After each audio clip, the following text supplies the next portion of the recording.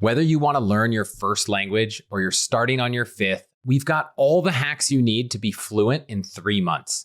And that's because I'm talking with none other than the world's best on the topic, Benny Lewis. By the end of this episode, you'll leave with a practical approach to learning a new language better, faster, and much more efficiently. So hit that thumbs up and subscribe to the channel if you enjoy this video. Let's jump in.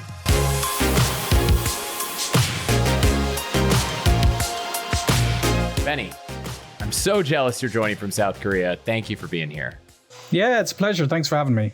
To kick us off, I want to understand, coming from the States, I feel like there just aren't as many people interested in learning a language as I wish there were. And I'm curious what you think some of the common challenges or misconceptions there are that might be holding people back. Well, I myself had the misconception because I didn't grow up speaking other languages. I was only speaking English when I was 21. Actually studied electronic engineering. So I definitely understand coming from the background of I'm not good at languages. And especially if you go into a technical field, it's very tempting to get this whole left brain, right brain concept in your mind where you're either good at technical things, like I was good at mathematics and the sciences. And then I decided because of that, I'm bad at the arts and languages.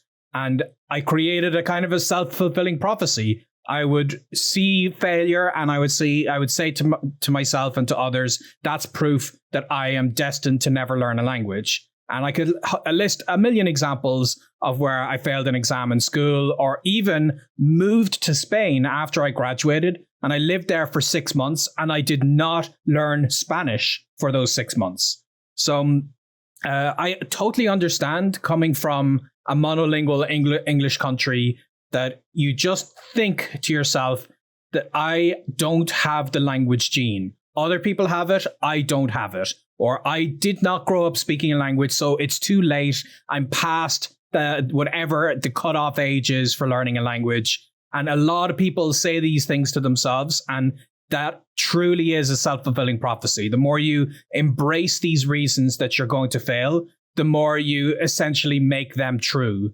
And I always like to think what Henry Ford said once, whether you think you can or think you can't, you're right. And I think that's very true with language learning. And what changed for you? After those first failed 6 months living in Spain, I was telling myself more and more, it was just giving me more fuel for this, you suck at languages fire. And one of the things that challenged that was I was telling myself the technical thing, you're an engineer, engineers don't learn languages. But I was on this exchange program that had a lot of other engineers coming into Spain and they would arrive not speaking any Spanish. But after a few months, a lot of them would actually be speaking some level of Spanish. So this challenged this belief that I had.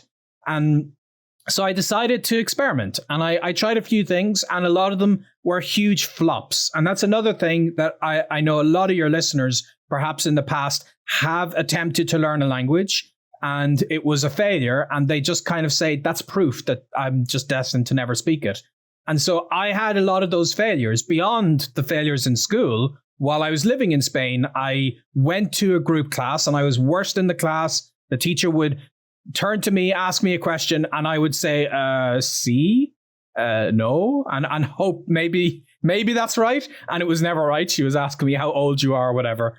And what I had to do was keep experimenting and keep failing until I found an approach that works for me. And I am absolutely convinced that there is nobody in the entire world that cannot learn a second language. But what is true is there are many approaches that are completely inefficient for a lot of people. And in my case, the academic approach of learning like I did in school, sitting in a classroom with 30 other people and having a teacher talk at us, that just does not work for me. And in that environment, I'm a terrible language learner. So I think it's okay for people to say, using this particular approach, I am a bad language learner. But that does not mean you will never learn a language. Maybe you need to find that approach. And so what happened was after all these failed experiments of multiple attempts to learn language in ways that did not work for me, My last experiment was, okay, I'm going to try and just speak Spanish all the time outside of my work because I was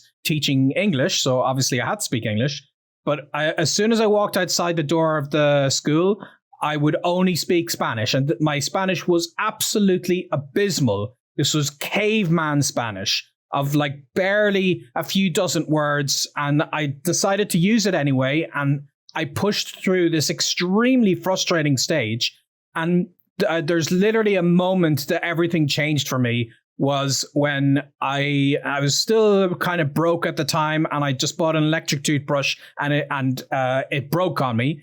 And I was so mad about it. I wanted a refund. So I charged into the shop that I had bought it in, ready to demand my money back. And then I realized when I went up to the manager, I don't know how to say refund. I don't know how to say toothbrush. I don't know how to say broken. So I was like, máquina de dientes malo, tooth machine bad, dinero ida y vuelta, money round trip. And, you know, it was absolutely wrong to, like, if I was sitting an exam in an academic context, I would have failed this try to ask for a refund for a toothbrush test. But you know what? I got my money back. And that just blew my mind that maybe I don't need to be perfect in Spanish, or I don't need to have a high level in Spanish. I just need to communicate. And I think that's something that a lot of people could embrace, is this idea of, instead of thinking that every mistake you make is a big red X on an exam paper bringing you closer to a fail, every mistake is just you trying to communicate. And the gauge of success is, are you understood? And do you get the gist of what they're saying back to you? And this is a lot more nebulous and leaves a lot more room for you to have some form of success. And once I saw that, I started to lower the bar on what counts for success. And that gave me a lot of wins to push my Spanish forward. And I think a lot of people, they have their head a bit too much on this very distant long-term goal that you want to master the language. And I have reached that stage. I have a C2 diploma in the likes of Spanish. I worked as a professional translator. So I have reached this high-level stage. But when I'm in language learning mode, I decide to embrace the fact that I'm a beginner, try to have fun with it, try to accept my limitations, and just decide my goal is to make a lot of mistakes, and that's how I'm going to make progress. And that completely transformed my entire language learning life. It's funny, I haven't had to learn a language since learning a similar lesson in a different way. But we've had 3 au pairs stay with us, speaking Spanish, and Italian.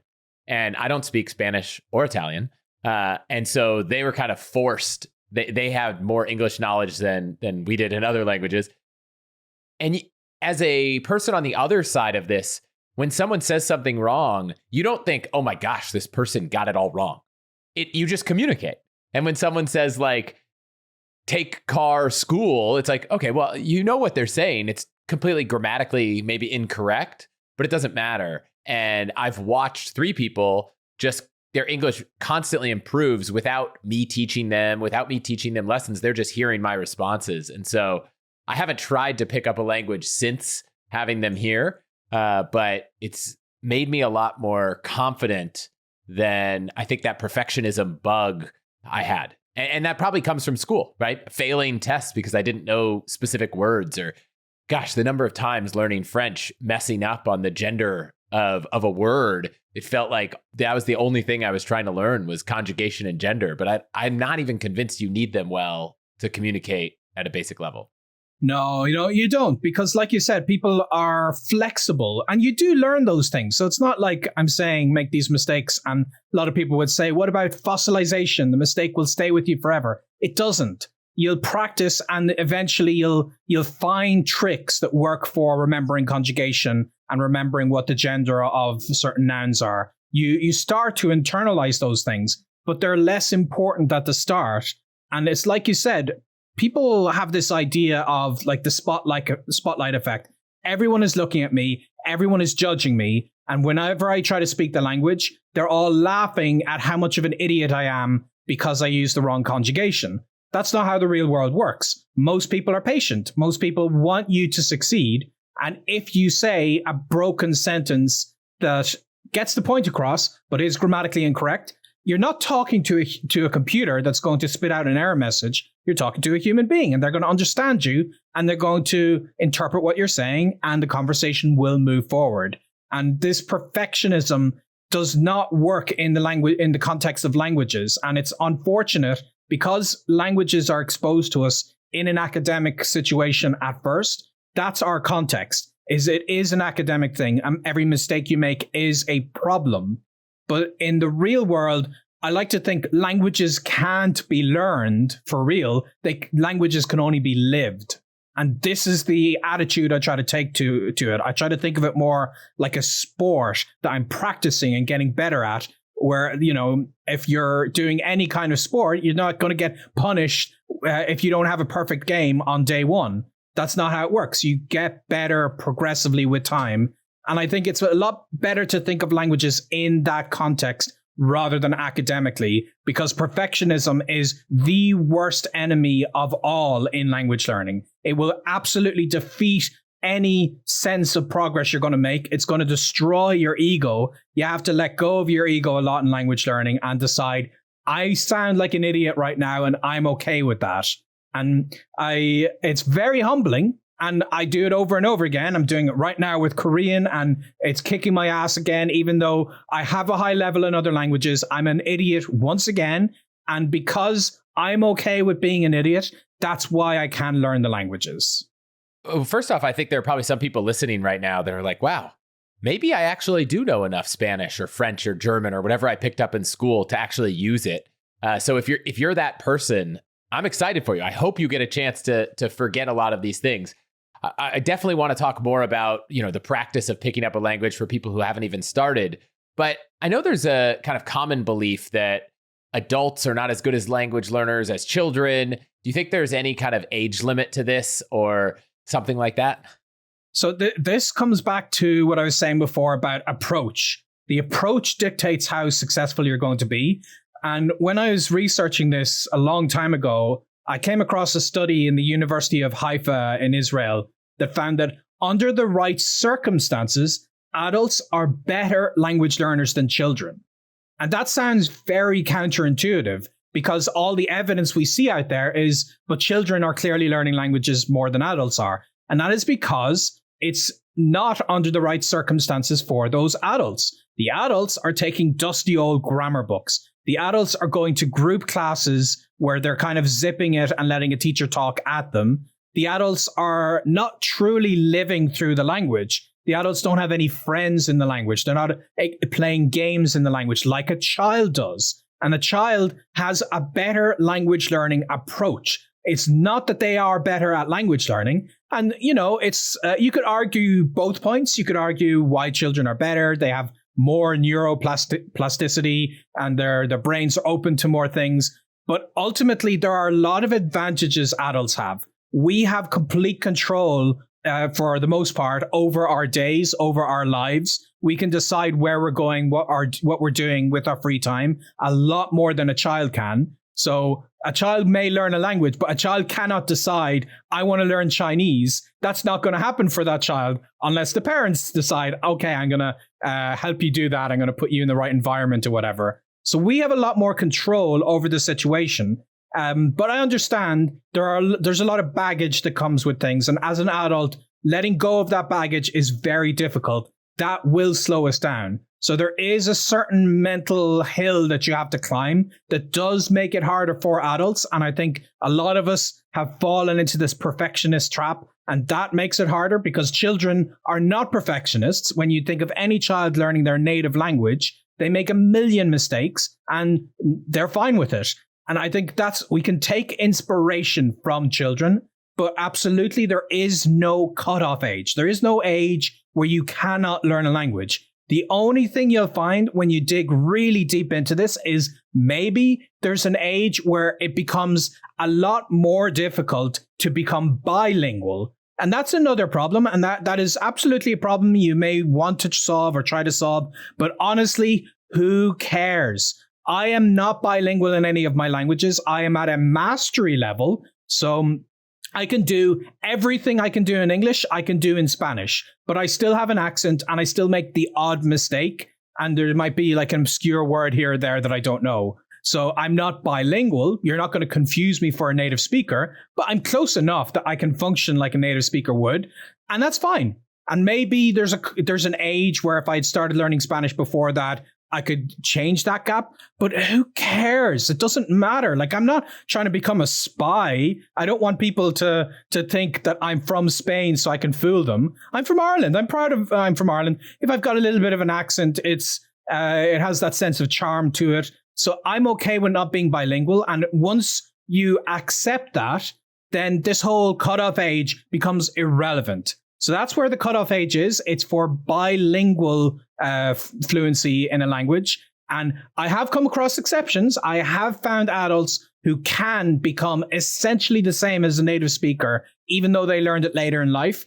But I wouldn't necessarily say that's something you could scale to a lot of other people easily, but it doesn't matter. The goal should be fluency. If you can function the same in your target language like you would in English, then that's all you ever need. You're not going to try and be a spy. That's not, who cares about that?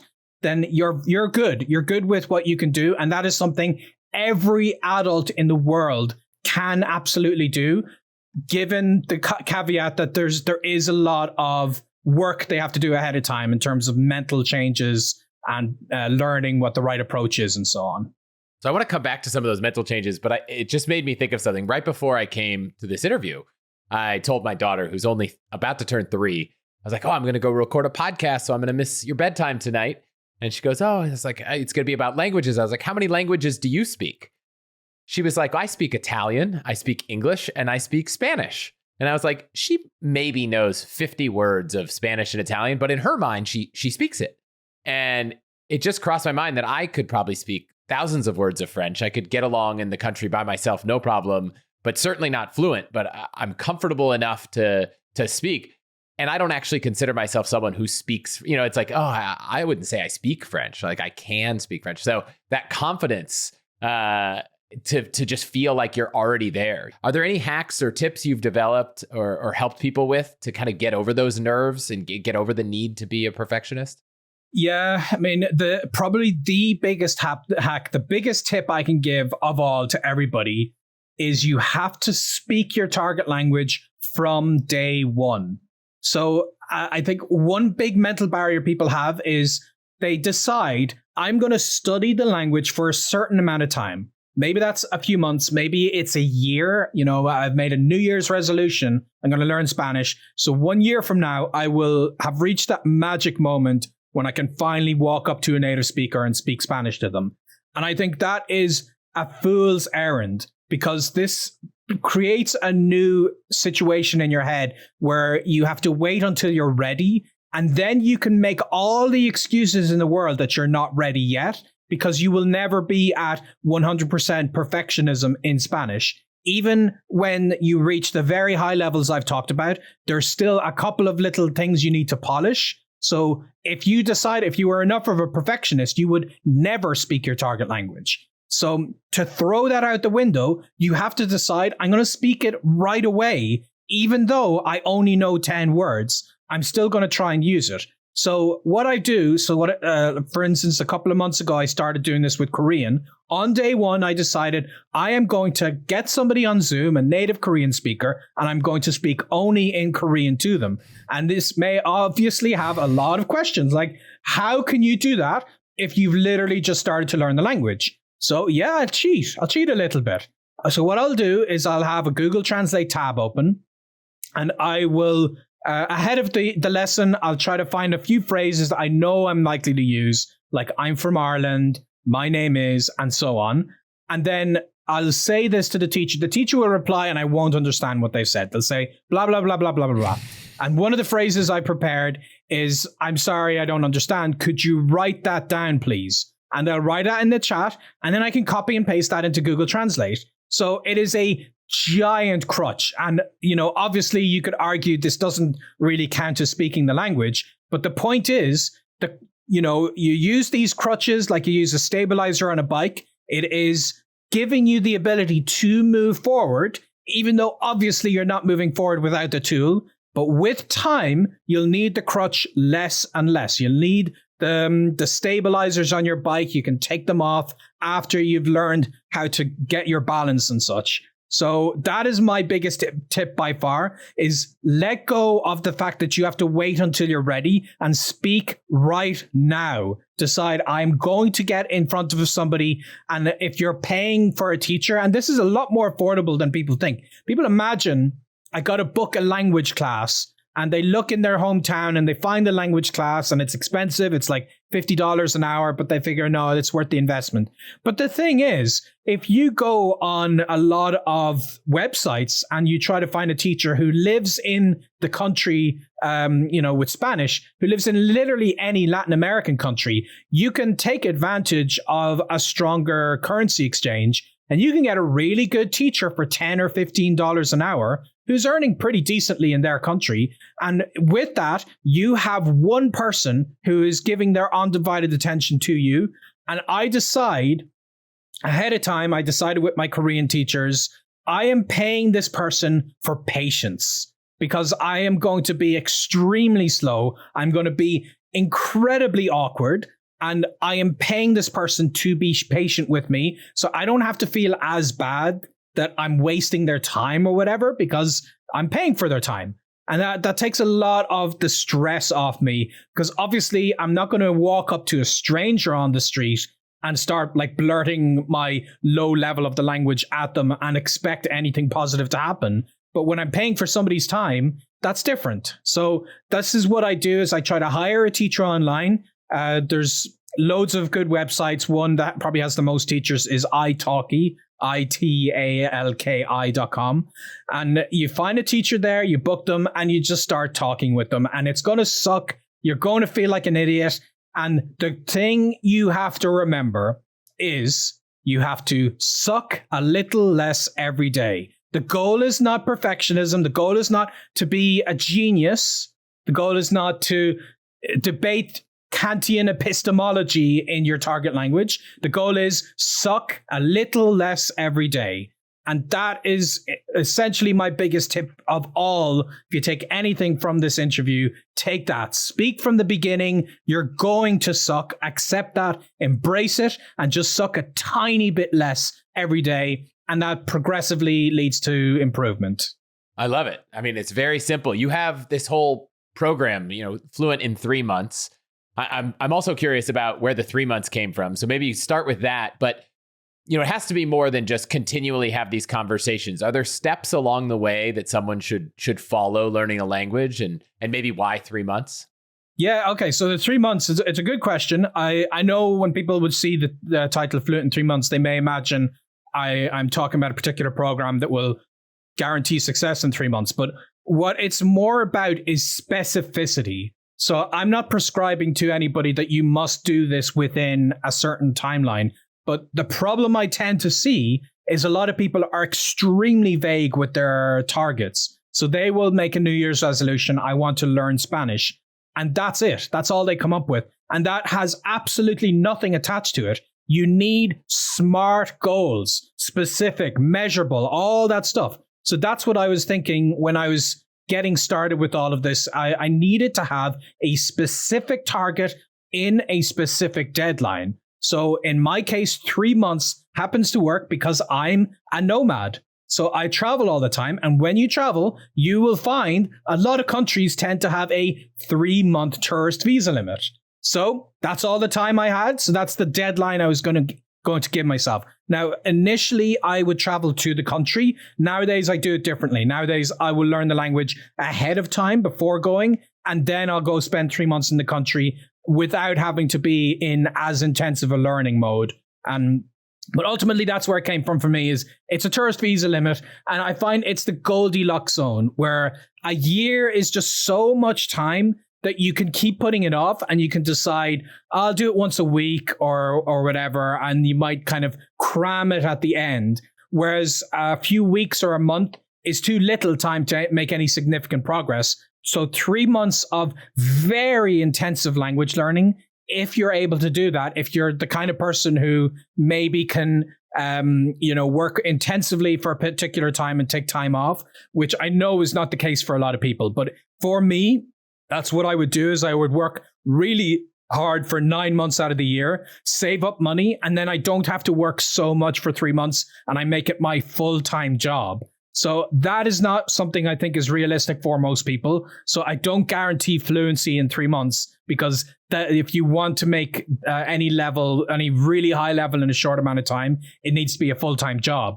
But for most people, when you're doing it you try your best to decide, for 3 months or for 4 months or 6 months, whatever it is, I can make a lot of sacrifices. I can decide I'm going to give up English speaking shows on Netflix for 3 months. I'm going to take a break from those. And the time I would put into watching those shows, I'm going to study the language, or at the very least, watch the shows in that language if I need to wind down or whatever. And you decide, I go out with my friends maybe 3 times a week. I'm going to cut that down to once a week or once every 2 weeks. And the extra time I'm going to put into learning the language. I'm going to make a lot of sacrifices in my life. And those sacrifices are going to give me more time. Even if that's 1 hour a day, you utilize that 1 hour and decide, I can't sustain this in the long term. Eventually, I need to relax. I need to be seeing my friends regularly, whatever it may be. But you decide for this short term of 3 months or 4 months or whatever specific number is realistic for you, the biggest priority in my life is learning this language. I'm going to eat and breathe this language. I'm going to be listening to podcasts about the language. I'm going to be reading books in the language. I'm going to be using apps or doing flashcards in the language. And of course, I'm going to be speaking the language with actual human beings via a Zoom call or whatever it may be. And I'm going to do that intensively for a certain period of time. That's going to make a difference, because a lot of people, they don't have any solid goals with their language. They don't have any sense of intensity, and they just try to do it in whatever free time they have. Like they're in a supermarket line and they decide, I'll do some Duolingo, and they've done something that day. And then they say, I've done something in the language. That's not what I'm talking about. You need to let go of this. I'm going to do literally anything for 5 minutes and feel like I'm doing something in the language. And it needs to be a true project. So that's what I do. I make it a project. The 3 months works for me because it is an amount of time that I can throw myself at a project, and like I start to run out of energy, and then I'll go easy on myself the rest of the time. And generally, because I deal with multiple languages, I will learn a new language for 3 months, but then I'll be maintaining my languages for the rest of the year. And then I don't have to worry about learning a new language. So it's an extremely intensive burst of progress. And that's what I try to help people with. And I run my own coaching program. And of course, the coaching program goes over 3 months. And it doesn't necessarily mean you have to have the same target as me. But when people are on the coaching program, I at least guarantee by the end of it, you will be conversing in the language. And conversing is a lot more flexible than having to be fluent, because conversing, you can still talk to someone who's patient, and you can talk slowly, and you can make a lot more mistakes. So something like that, some specific goal that works for you that might be realistic, but still pushing yourself as much as possible. That's what leads to a lot more success. And that's what I see people not doing. People who don't succeed in learning a language, they don't have anything they're trying to reach in any timeline. So SMART goals changes everything. And that's where the 3 months comes from. Okay, so we set specific goals. We set a time frame. I like the idea of, 3 months to get to fluency might be possible, but you've got to really be intensive. But it sounds like, and maybe there's an hour a day, or is there an amount of time that you think is the minimum someone needs to put in to kind of even get to that conversational level? I think that's where you start to really see what is unique to the person. I found for me, I can't make progress in a language unless I'm putting at least an hour a day in. But I have come across a lot of people who actually they can switch their brain into language learning very quickly, and they can do something with 15-minute bursts. And I've seen them progress it's a longer period of time, obviously, but I have seen them progress. So this depends on the person. I'm not the kind of person that can do anything in 15 minutes. It takes my brain time to adapt and like get used to it and get my momentum back. So I personally need at least an hour, and generally I try to do a few hours because I'm doing it intensively. But I understand that's not as realistic for a lot of people in their life situations. So depends on the person. If you're the kind of person that feels like you can make genuine progress in a 30-minute window, that may be your minimum. But of course, this is why I was saying before, the first thing you do is look at your timetable and see, what can I sacrifice for these next 2 months or 4 months or whatever the number is, and find more time. So there's no magic number that 1 hour is the number that's going to change your life. Just find how much time you have, because the more time you do each day, the more you're going to learn. People always ask me, how long will it take me to reach this level in language? And they would say, Benny, your 3 months are crazy because I spent 6 years learning Spanish in school. And I would interrupt them and say, no, you didn't. You did not spend 6 years learning Spanish. 6 years elapsed through which you maybe went to a 1 hour Spanish class with people and you were daydreaming about a girl you had a crush on or whatever it is. It's not quite the same as intensively like you are living and breathing this language for a certain period. So it's why I tell people the amount of time that elapses is not what's important for counting how successful. It's more about how many hours of dedicated time are you putting into that language, where it's got 100% of your attention. Any less attention is going to give less important results. So, you can listen to a podcast while you're doing the dishes. You can do something at the same time, and it is going to help you, but it's going to be less useful. So I would say like an hour of listening to a podcast while you're doing other tasks is equivalent to maybe 10 minutes of actually giving it your undivided attention, replaying the audio, taking notes. So it's why it's a very nebulous thing to decide how much time do I need, because it depends so much on how you're using that time. So this is why I tell people, don't worry if you've spent 6 years or whatever. I'm the same. I spent in school, I had learned German for 6 years. And at the end of those 6 years, I couldn't do anything. I went to Germany and I couldn't order a train ticket. And that was literally one of the things in my lessons that kept coming up, how to order a train ticket. And I couldn't even do that. So I say that maybe I learned German for 6 years, but I didn't learn German for 6 years. German learning happened in my schedule where I was in that class, but it wasn't 6 years. Compared to 3 intensive months, that is a whole different universe compared to what we think of for language learning in a very casual or passive way. So you really need to take active control, and it needs to be a priority in your life. And then you could do a lot more in a shorter time period. I love it. So you mentioned the example of it's really important to start speaking early on, and there's ways that you could do it a lot more affordably. And you also said, it's really important how you spend the time. What are the things that are important to spend your time on aside from native speaking with someone, another human?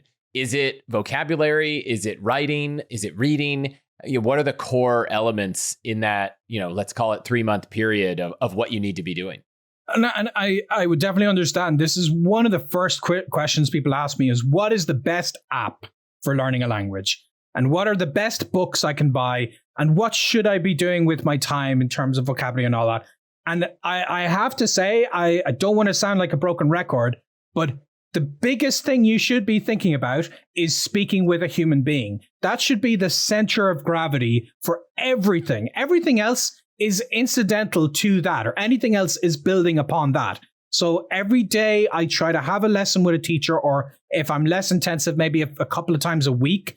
And then everything else that I'm doing is to augment that experience with my teacher. So maybe after the class passes, I think to myself, man, I really suck at vocabulary. And you have to do sort of a triage system. You have to decide, there's a million, you imagine a hospital where all these sick people are coming in. There's a million problems to deal with, but the guy with the runny nose is not as important as the guy with the gunshot wound. So you have to do this with your language learning. And yes, of course, you could think, oh, my accent sucks. Oh my God, I'm not conjugating my verbs, or I don't know the right gender of these nouns. But none of that makes a big difference with actual communication. I guarantee you, when you're speaking languages and you mess up the gender, like 99.99% of the time, they will understand you regardless. Like people always cite, oh, but there's this one really specific example that if you switch the gender, it means something different. That doesn't happen like almost ever. For most cases, when you say in German der instead of die, or you say el instead of la in Spanish, they understand what you mean. So you have to start thinking of other things. Okay, basic vocabulary. That's what I'm going to do in my spare time. Not because that's going to help me with some vague future of like generally improving my Spanish. I'm a lot more short-term sighted. And I'm thinking, what can I do to make my next experience tomorrow or next week, if that's my next class? What am I going to do to make that slightly better in the language? So maybe then I will learn some vocabulary. And I'm a big fan of using flashcards because they integrate the spaced repetition system into them. So they space it out to make sure you're remembering the vocabulary just before you would potentially forget it. For that, I use an app, Anki, A-N-K-I.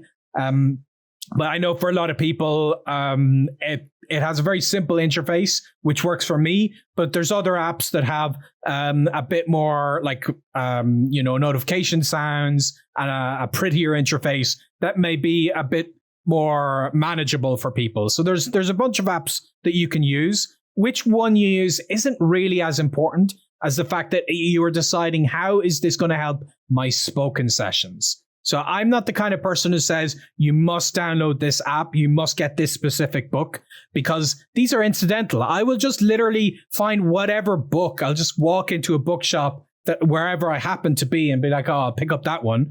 Obviously, except for my books. Obviously, those are the books people should be buying first. But that being said, you just buy some language course and make sure you're doing stuff with your teacher, and your teacher will help you decide a bit more directionally what you need to put your time into. So I do understand people always want to know, what is the app? What is the book? But it's all of these will be 1% to 5% contributing to your success compared to, are you finding a human being and speaking with them regularly? So my focus is way more in that direction. And in terms of what you're doing in the long term, you can't speak your way to fluency. You're not going to speak every day and then eventually end up at fluency. I have a bit more of a dynamic learning approach. At the beginning, it's all about speaking. That's priority. I just need to have these lessons and get over my lack of confidence in using the little language that I have. But with time, when I have the basic ability to communicate, then I find some of the more traditional learning resources are great. And I will go through a language learning course book and do its exercises. I don't recommend that to people at the beginning, but in the later intermediate stages, that's when you need to start polishing up your skills. And that's when it becomes a little bit more important in this triage system. You no longer have gunshot wounds. So maybe the runny nose of getting the genders right in the language is a little bit more important now because you've solved all the other big problems. So I start to focus on grammar. I will study grammar. I'm not a fan of grammar in the beginning stages. I think it is one of the worst uses of your time to be studying grammar when you've just started to learn the language. But at the intermediate stage, that's when it is actually a bigger priority, because that is literally your biggest problem. You're already communicating in the language, but your grammar is lacking. So that's what you try to fix. So it's a very dynamic approach that you see, what is my biggest problem right now? And you try to solve that problem progressively with time. But for people just starting off, your biggest problem is you can't say anything in the language and you don't know what they're saying back to you. So this is more a case of just pushing through the practice stage of giving yourself face time with a human being in whatever way that may be. And how important is, for languages that don't use the kind of Latin alphabet, how important is reading and writing? Reading and writing is something I also tend to put later in the intermediate, regardless, even for Latin-based languages like Spanish or French. I wouldn't really pick up a book and try to read it until I'm at the intermediate stages because it's just too much work. Like I literally, with Spanish, when I first started, one of my failed experiments was I picked up El Señor de los Anillos, Lord of the Rings, and I thought, if I read this, I'll be fluent by the end of it. And it took me weeks to get to page 2 because I was literally looking up every single word. So that was really not a good use of my time. Whereas when I've reached the intermediate stage, then it becomes more manageable. Then I'm only looking up every 15th or 30th word. So I can actually read significantly more and it becomes more pleasurable. So personally, I leave reading till later. I wouldn't necessarily say this is something I would prescribe to everybody because I've interviewed a lot of other language learners. People will see a lot of episodes on my podcast where I talk to a lot of very interesting people. I can think of a bunch of them. There's Steve Kaufman, who runs the website Link. There's Professor Krashen, who's very famous for talking about comprehensible input, which is a philosophy in language learning where you try to get exposure to something that is within your language level. And that leans a lot more towards reading, and people would actually read from the beginning. So that may work more appropriately for a lot of people.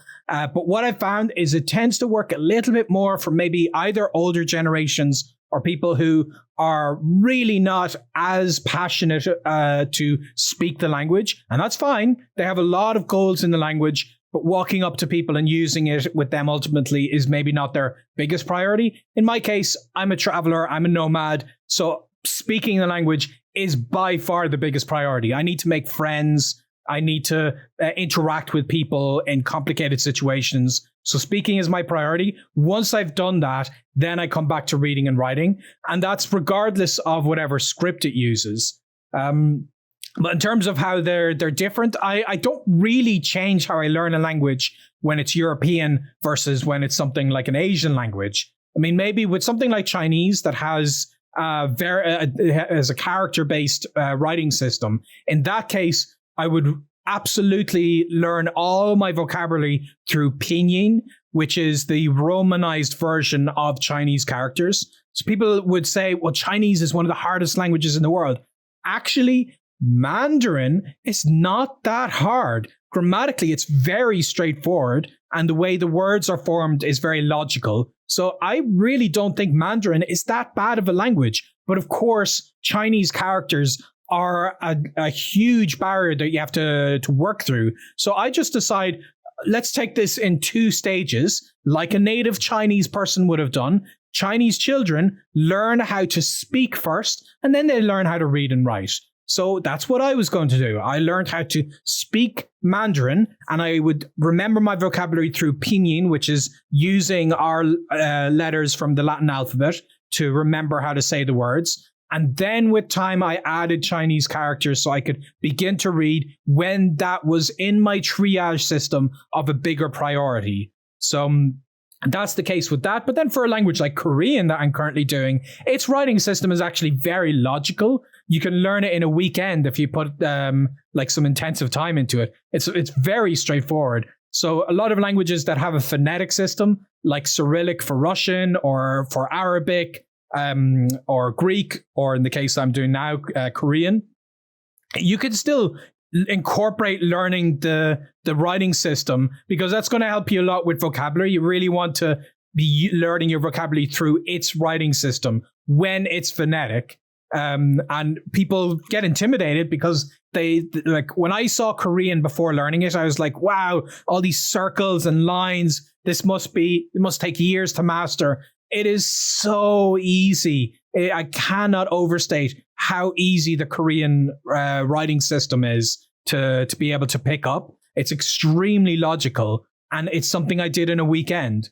So you would be surprised for a lot of languages. It looks intimidating because all these squiggles and lines you've never seen before, but it's just it's like anything. You put a little bit of time in and it becomes manageable. Are there some languages that, do skew on the harder on the harder or easier side to learn?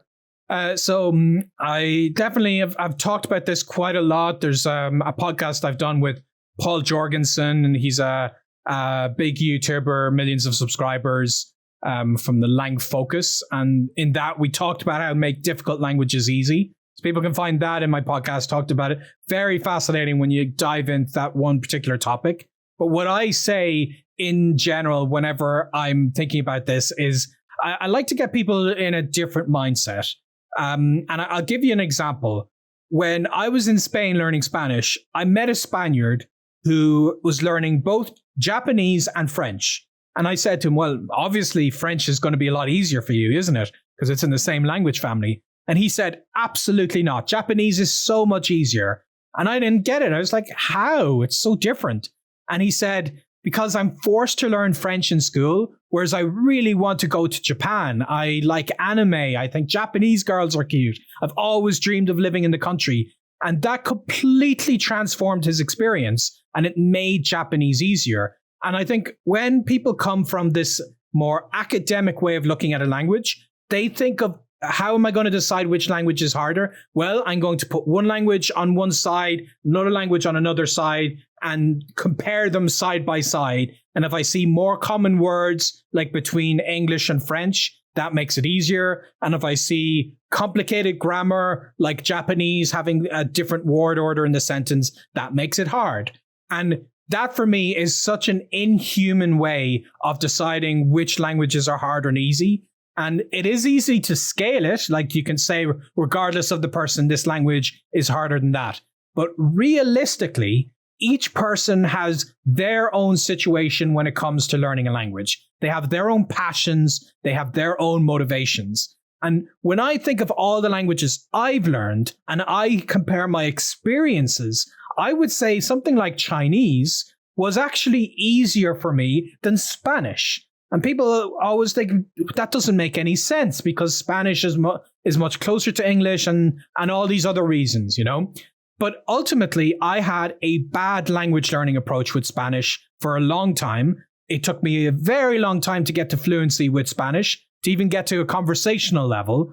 And I kept kicking myself. I kept telling myself, your Spanish is miserable. People are laughing at you. Who would want to speak Spanish with you? And all of these reasons are why it took me so long to learn Spanish. Whereas with Mandarin, at that stage, I had a good language learning approach. I had a good attitude. I embraced making mistakes. So after 3 months, I reached a pretty good conversational stage. And people can see YouTube videos of me where I'm interviewing people in Mandarin 3 months after I've started to learn the language. I could not do that with Spanish. Now, this does not mean I'm going to say universally, therefore, Mandarin is easier than Spanish. Obviously not. It is the context of I was a more confident person. I had a lot better motivation with Spanish. I didn't have great motivation at the start. I didn't really know why did I want to learn Spanish. So I was putting the effort in a very inconsistent way. Whereas with Mandarin, I knew I want to travel China. I want to take a train 2,000 kilometers deep into the country. I want to make a video of me getting a Kung Fu lesson in a village with a Kung Fu master. All these dreams that I managed to make come true, I had these in mind, and that made Mandarin easier. So when I talk to people, and I see they've decided they want to learn a particular language and it has real, genuine significance in their life, like their family background is there, or they have a love interest in the country they want to move in with, or whatever it may be, that is their passion. And that is going to make that language significantly more approachable because they have huge motivation to learn it. So the fact that other languages are easier or harder is insignificant because they aren't going to be easier if you don't care about them. So whatever language is the most important in your life, that is the easiest language because that's the one you're going to be able to get momentum to learn. I love that. I know a lot of the podcasts we talk about travel. I know a lot of our listeners love to travel. And so one of the times people are often most excited to learn a language is that, maybe they planned a trip or they have this, like you said, in China, a vision for a trip they want to take. Not everyone who is planning a trip to a foreign country necessarily feels like they need to become fluent. Is there a stop along the way where you can have enough kind of skills in a language to have a different experience traveling and unlock, really interesting things that you can get to a lot quicker? And any advice for someone in that situation? Well, when it comes to language levels, there is a lot of specificity with this. And this is something I take into account with my targets. So I always work off the European Common Framework, which has a very specific way of categorizing language levels. It splits it into A, B, and C. And within each one, it further subsplits it into 1 and 2. So A is beginner, B is intermediate, C is advanced, 1 is lower, 2 is upper. So A2 means you're an advanced beginner, and C1 means you're a lower level mastery speaker of the language. So this scale of 6 different levels is where I pin everything. So for me, fluency begins at the B2 level. This is upper intermediate.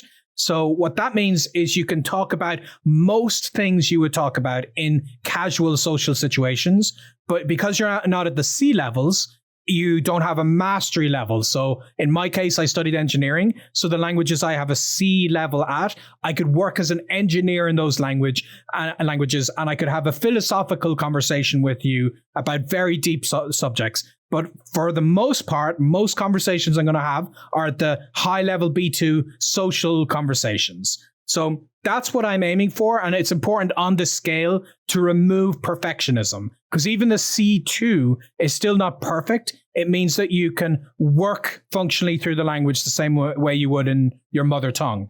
Now, on this same scale, I think that at the A2 level, upper beginner, this is where you can function very confidently as an independent tourist in the language. So you can ask for directions, you can get the gist of their reply, you can deal with problems like you have an injury and you can get yourself to the hospital. All of these very basic functional things you can do with confidence, even though you can't necessarily have full-on conversations. And I think that is fine for somebody who's going to the country briefly. And this is something you could genuinely get to in a lot shorter of a time than people realize. The very steep curve at the beginning, you can make a lot of progress very quickly. What tends to happen is we reach the intermediate plateau. This is where things start to get really rough, where you're putting as much effort in, but you get stuck at the middle level. And this will happen to everybody. And that's okay, as long as you can push through to very beginning stages. That B1, I feel, is something that is definitely achievable in the matter of a certain amount of months for people, regardless of your background. If you're able to put the time in, a B1 level means you can have a lot of conversations with people as long as they're a little patient with you. So it's not does not count as fluency, but it counts as conversational.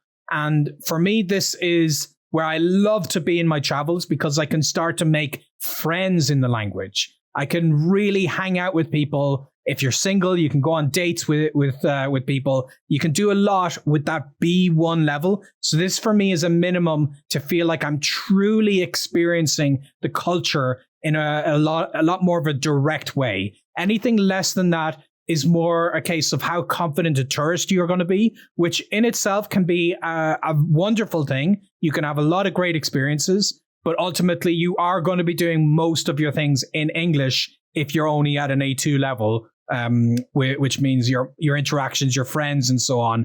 Whereas, so it depends on your style of travel. My style of travel, obviously, is I avoid English. I want to make only local friends. So I have to get at least a B1 level. And that's where, when you said at the beginning, Benny speaks 12 languages, that number 12 comes from B1 and up. So I personally only say I speak a language if I can have conversations in the language, not if I would function as a tourist. So I actually have another dozen languages that I could function as a tourist, quite confidently. But the thing is, that's not as impressive as it sounds, because you could do that a lot quicker than people realize. You can be a very confident tourist. You can have a bunch of phrases ready to go in a very, very short time span. So you can be a confident tourist way faster than you imagine, especially if you're having consistent conversations ahead of time. I did for a while travel to the country and think, I'm going to get off the plane and immediately start speaking the language or start learning the language. And that was an interesting period in my life. But nowadays, I try to learn the language ahead of time. So I don't leave it for when I'm in the country. I don't think, especially for people who can only travel to a country for a very limited amount of time, I don't want to be in language learning mode if I'm only going to be in a country for a month or two. I want to really get to know the place. So that's why I do my work ahead of time, and then I can explore and make friends once I get to the country. Now, you said people can learn it way faster than they'd imagine. Could you put any kind of rough window on that? If someone's got a trip planned to Japan in a month, do you think they could pick up enough to get to the, not the B level, but in that A level, be able to have a conversation and ask some directions and not just, just have a few more local experiences? You do that in a weekend. Like people don't realize how quickly you could learn phrases. I think a lot of us just lack the confidence, and we can't picture a universe where we walk up to somebody and ask for directions when we've never spoken a language before. And we imagine this is only something geniuses do. But like, I really want people to lower the bar on what they think counts as speaking a language as a tourist, because it's really not that impressive. You're learning a very finite number of sentences you can rattle off. You do not need to know the intricacies of the language to know how every single part of that works. And, whenever I'm starting off and I want to be a tourist in a language, I'll sing myself the phrase I want to learn. I'll sing that to myself a few times, and that helps me remember it. And I'll do that in 10 minutes. I'll learn how to say, where is the library? And I'll look it up online and I'll try to say it, and that's it. It's really not that impressive. If you're going to Japan in a month, you can learn 20 phrases this weekend. So instead, decide, how about I'm going to take this month, I'm going to try and be able to maybe understand their replies to me. I'm going to try and push myself up to see if I can get to that A2 level and maybe be a little bit more confident to expand on my sentences, have a little bit of maneuverability where I'm not just rattling off memorized phrases. I can replace a word or two here or there. So you could do that in a month, but if you're going to Japan, you're really passionate about it, maybe you should decide this next month, I'm going to make those sacrifices, and I'm really going to try and make Japanese my priority so that when I'm in Japan, I'm communicating a lot more than I would otherwise. But it sounds like to be able to ask questions and get a response, not necessarily be fluent at all, a month, if you can really put in the time, is not an unreasonable goal. Absolutely. And that, what I understand, this tourist level of the language in the A levels, this is way more accessible than people imagine it to be. It's really not that impressive. Once you've done it a couple of times, you realize you're just learning a few phrases and just trying to commit them to memory and then rattling them off and maybe learning a couple of the words that could come up in the replies. So it's not that complex. The B levels do require a certain intimate understanding of how the language is truly piecing together its replies and having a broader vocabulary so you can expand on things. But the early levels, you could do that a lot easier than you imagine. Love it. Any final kind of tips or hacks when it comes to language learning? I know you've written so many language hacks books that people should be kind of put in their arsenal as they're going through this process. I mean, I've mentioned my biggest hack, but in general, my philosophy is I would really encourage people to make as many mistakes as possible. When I'm really getting into learning a language and doing it intensively, my goal is today, I'm going to make 200 mistakes or more. That's my goal. And that gets you completely away from this academic mindset where every mistake brings you closer to a fail. Every mistake is you communicating more. And like I said earlier, you suck a little less every day. So that's my biggest takeaway, other than speak from day one, is I would encourage people to make mistakes. Embrace your inner Spanish Tarzan, or whatever you imagine this caveman functionality of the language. Try to just use that, and that's how you move forward. That's how you push through those A levels to eventually then be communicating in the language. Embrace being a beginner. It's fine. I've had such wonderful experiences in many of my languages, even in those beginner A levels. I've had interactions that I remember for the rest of my life. And that's great. You don't have to only be fluent in the language to have rich experiences in it. So once you are okay with being a beginner, it becomes a lot easier to have fun with it, to make progress, and then to go beyond that. Two things. One, I can imagine that people listening, we've talked multiple times about all these languages you picked up, and I'm sure there's people just curious. Would you mind sharing the languages you've kind of hit that, B and above level, just so people can kind of just suffice their curiosity? So most of the Romance languages, I would have B2 and above, so genuine fluency. C in a lot of them. This would be Spanish, French, Italian, Portuguese, and then I have probably a B1 in Catalan as well. Then I have German, also a high level, and then probably a B1 again in Dutch, and then American Sign Language. That would be another B1. So most of my C levels are the Romance languages. I also have Mandarin.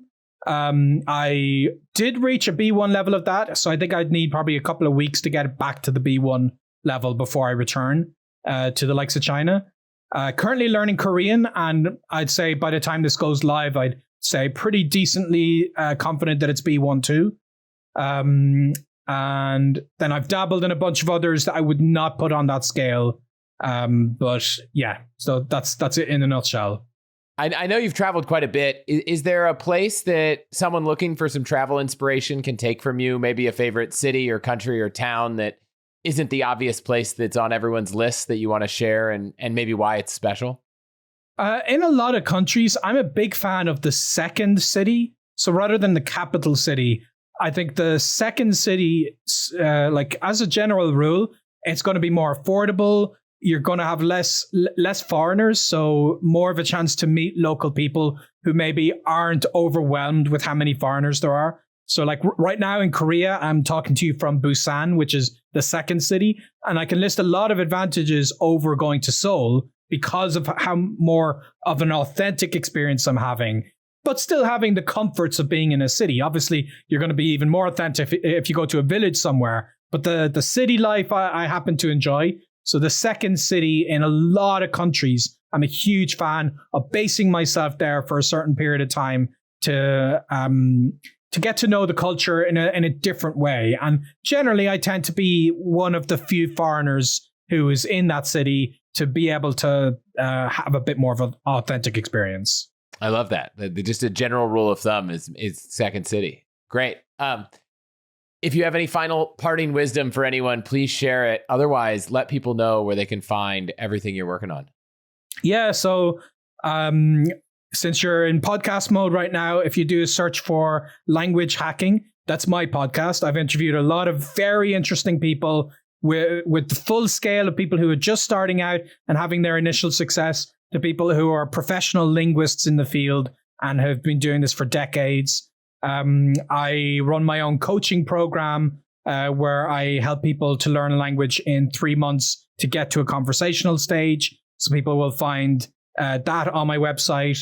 Of course, I'm on all the social medias. I actually, as part of my way to practice languages, I make a new social media account in each of the languages. So even Threads, that as we're recording this now, it's only existed for a week. I have 14 Threads accounts just so I can follow in my target languages. I have 14 TikTok accounts, 14 Instagram accounts, and I use all of these to maybe post vertical videos to practice the language, and of course follow people. And that's my main one is Irish Polyglot on most of the channels. People can find me there and get some more inspiration. Yeah, I mean, that just made me think of one last thing before we go. Is that a tactic? Maybe following accounts in other countries on social media? It never occurred to me as a potential way to practice or learn a language. Well, a tactic that's a bit broader than that is think, what do you tend to do with your time and how can you do that in your target language? So if you're the kind of person who winds your day down with Netflix, maybe within Netflix, create a new sub account because, you can have multiple sub accounts on the same main login and make that just your target language. So you're only watching stuff in the language and the algorithm will recommend that to you. I personally happen to watch a lot of TikTok videos. That's how I wind down as I swipe up, watch TikTok. So rather than do that in English, which is not really that good of a use of my time, I created new accounts and I trained the algorithm to only show me content in those languages. I only followed people who made content in those languages. So when I switch to it, I'm in that language mode. I'm using my computer, so I made sure that I could switch the language on my computer. On my phone, I very quickly changed the interface on my phone. So it's more of a broader thing of thinking, how are you living your life? What are the things you're doing? And can you change any of those things to be in your target language? You like playing video games? Change the language that they're giving you the orders to shoot that guy to be in your target language. And there's a lot of ways you can have this sense of virtual immersion without even having to leave your home country, that you can exist in the language. You like working out?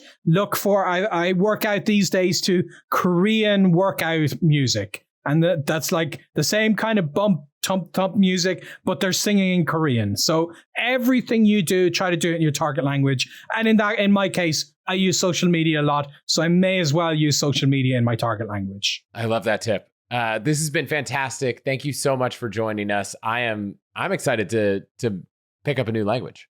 Thank you, everybody. And I hope to hear from all of you, and best of luck on all of your own language journeys.